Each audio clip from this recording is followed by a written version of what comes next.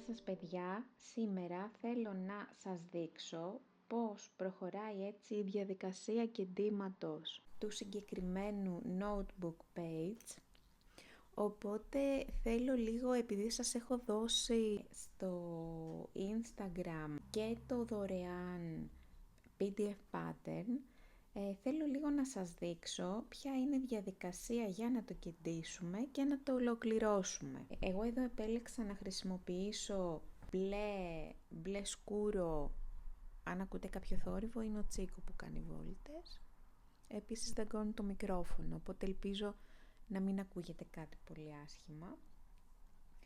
Λοιπόν, εγώ επέλεξα να χρησιμοποιήσω ένα έτσι μπλε σκούρο νήμα.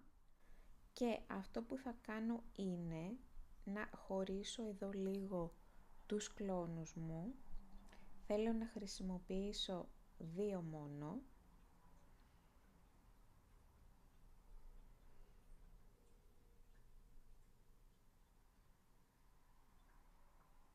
Ωραία.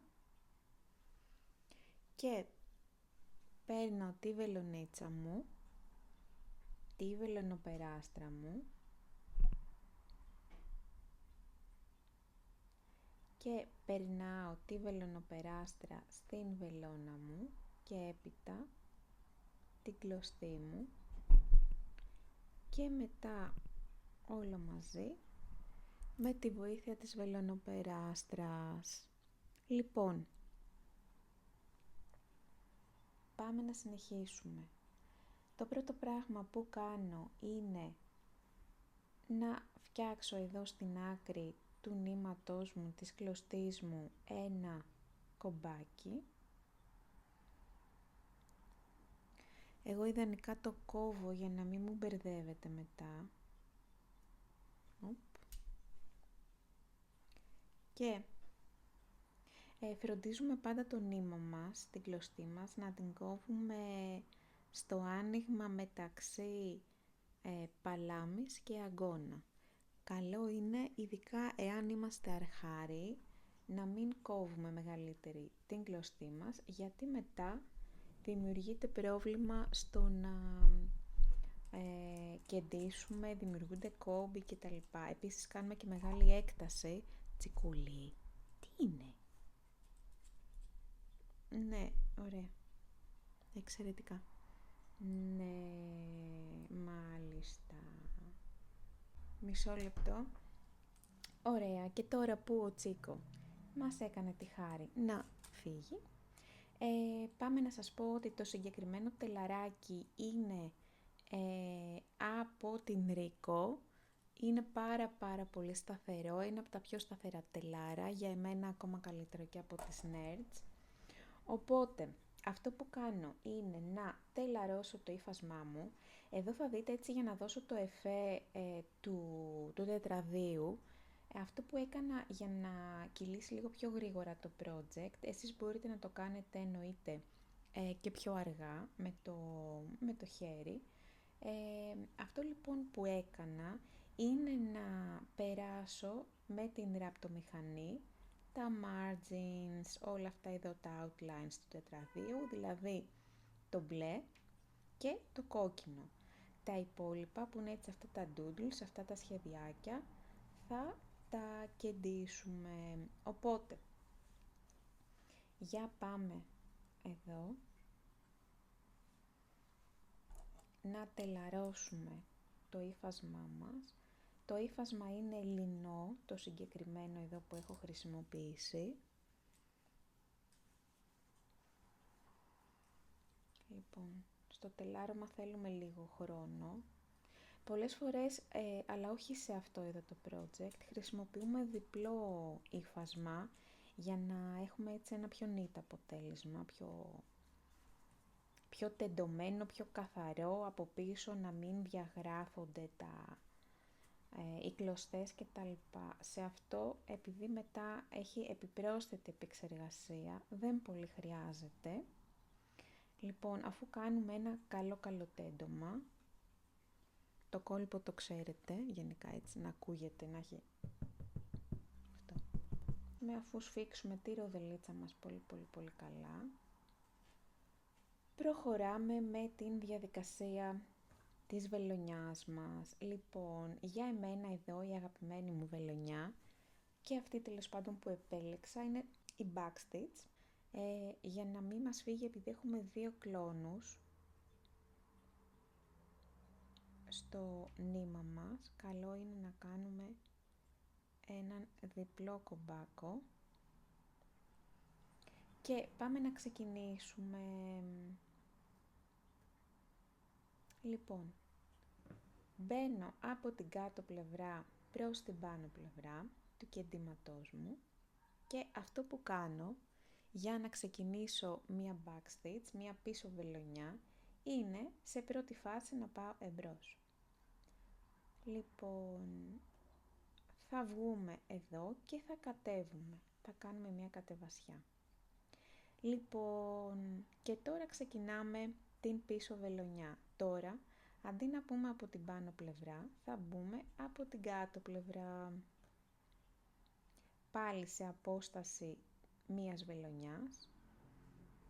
Η βελονιά εννοείται εξαρτάται από αυτό που θέλουμε να κάνουμε, η απόστασή της εννοώ. Οπότε, εγώ βγαίνω εδώ και μπαίνω ακριβώς εκεί που τελειώνει η προηγούμενη βελονιά. Έρχομαι και εισχωρώ από πάνω προς τα κάτω. Και τραβάω. Συνεχίζω ακριβώς το ίδιο. Μπαίνω από την κάτω πλευρά προς την πάνω πλευρά.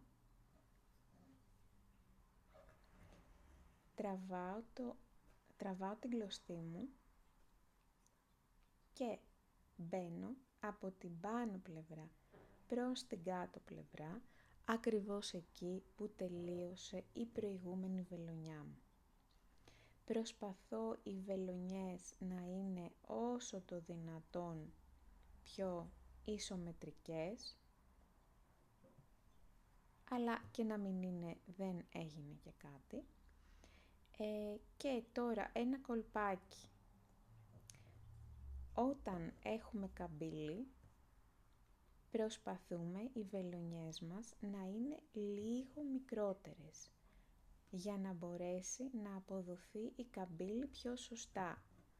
Δηλαδή, μικραίνουμε την απόσταση της βελονιάς, ούτως ώστε να δημιουργηθεί μια όμορφη καμπύλη. Αναλόγως και με το πόσο μικρό είναι το σχέδιο το οποίο έτσι έχουμε να διαχειριστούμε, κάνουμε και τις αποστάσεις των βελονιών μας ανάλογες. Εδώ τώρα στο συγκεκριμένο pattern σας έχω δώσει και το PDF free, οπότε μπορείτε να το εκτυπώσετε και στη συνέχεια να το περάσετε εσείς στο δικό σας ύφασμα, αλλά μπορείτε να το παραγγείλετε κατευθείαν τυπωμένο από εμάς, οπότε να μην χρειάζεται έτσι να σπαζοκεφαλιάζετε με τη μεταφορά του pattern. Για να μεταφέρετε το σχέδιό σας υπάρχουν διάφοροι τρόποι για τη μεταφορά σχεδίου. Ο πιο έτσι διαδεδομένος είναι εκείνος με μία φωτεινή πηγή, δηλαδή με ένα light pad. Εκτυπώνετε το σχέδιό σας, τοποθετείτε χαμηλά το light pad και στη συνέχεια από πάνω το εκτυπωμένο σχέδιο και αμέσως από πάνω τοποθετείτε το ύφασμά σας. Έτσι μπορείτε σιγά σιγά σε μια επιφάνεια ιδανικά τραπεζιού για να μπορέσετε να αποδώσετε σωστά τη λεπτομέρεια, να περάσετε το σχέδιο στο ύφασμά σας. Εγώ παιδιά, επειδή δυστυχώς δεν έχω καθόλου σταθερό χέρι, προτιμώ πάντα είτε τις εκτυπώσεις είτε τα σιδερότυπα. Κυρίως όταν έχουμε να κάνουμε με έτσι πιο μικρά σχέδια, δηλαδή όταν μιλάμε για κέντημα, για embroidery. Στο punch needle που τα σχέδια είναι έτσι λίγο πιο μπαμπάτσικα και πιο γεμάτα, τα πράγματα είναι πολύ καλύτερα, μπορώ να σχεδιάσω με το χέρι. Εδώ που χρειάζεται ακρίβεια, προτιμώ σίγουρα την βοήθεια του εκτυπωτή ή της υδατοδιαλυτής επιφάνειας που πάλι μπορείς να εκτυπώσεις. Να ένας ακόμα τρόπος για να περάσετε το PDF pattern στο ύφασμά σας. Εννοείται αν δεν έχετε και light pad, μπορείτε να τοποθετήσετε το σχέδιό σας σε ένα παράθυρο, που πρακτικά είναι μια φωτεινή πηγή, και στη συνέχεια να περάσετε ξανά το σχέδιό σας, να το ξεπατικώσετε πρακτικά. Και εννοείται υπάρχει και ένα hack το οποίο μας λέει ότι μπορούμε να χρησιμοποιήσουμε τον φακό ενός κινητού, ένα πυρέξ αναποδογυρισμένο, ο φακός του κινητού από κάτω και κανονικά το σχέδιό μας και μετά το ύφασμα από πάνω. Το καρμπόν είναι πάντα μια λύση. Εγώ δεν την πολύ προτιμώ γιατί κάποιες φορές μου αφήνει σημάδια, ειδικά όταν έχω να κάνω με ανοιχτόχρωμα υφάσματα. Είναι κάτι που κάπως με αγχώνει, μου δημιουργεί στρες και δεν το προτιμώ. Λοιπόν, κάπου εδώ τελειώνουμε σιγά σιγά το σχέδιό μας και αφού τέλειωσα με την καρδούλα, έχω προχωρήσει λίγο στο κοριτσάκι. Πάμε να σας δείξω λίγο πώς φτιάχνω έτσι εδώ τα μαλάκια. Εδώ, παιδιά, να σας πω ότι έχω χρησιμοποιήσει 4 κλόνους για να βγει έτσι λίγο πιο γεμάτο το κοτσιδάκι. Ωραία. Μπορείτε να το περάσετε και διπλή φορά ή μπορείτε να κάνετε padding.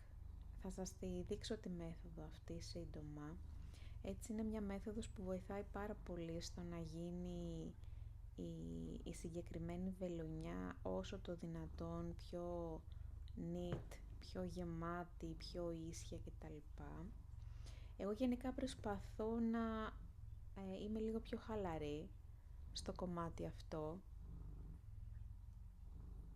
και απλά να απολαμβάνω τη διαδικασία.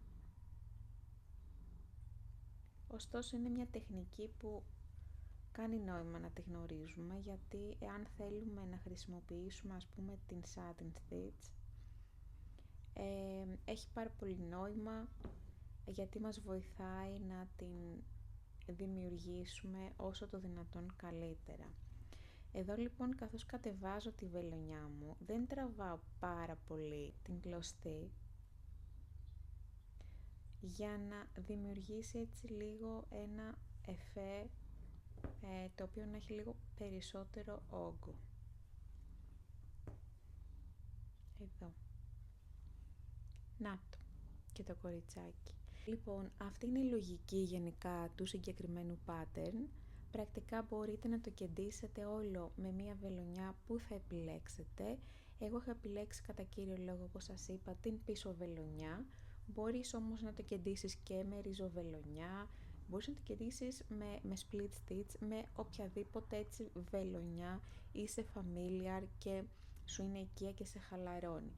Αυτό, παιδιά, ήταν και το σημερινό βίντεο. Ελπίζω να σας άρεσε, να μάθατε μια καινούρια βελονιά. Εάν βρήκατε ενδιαφέρον αυτό το βίντεο, μην ξεχάσετε να κάνετε subscribe και να κάνετε like, ή αν έχετε κάποια απορία να μου γράψετε κάτω στα comments, θα χαρώ πάρα πολύ να σας απαντήσω.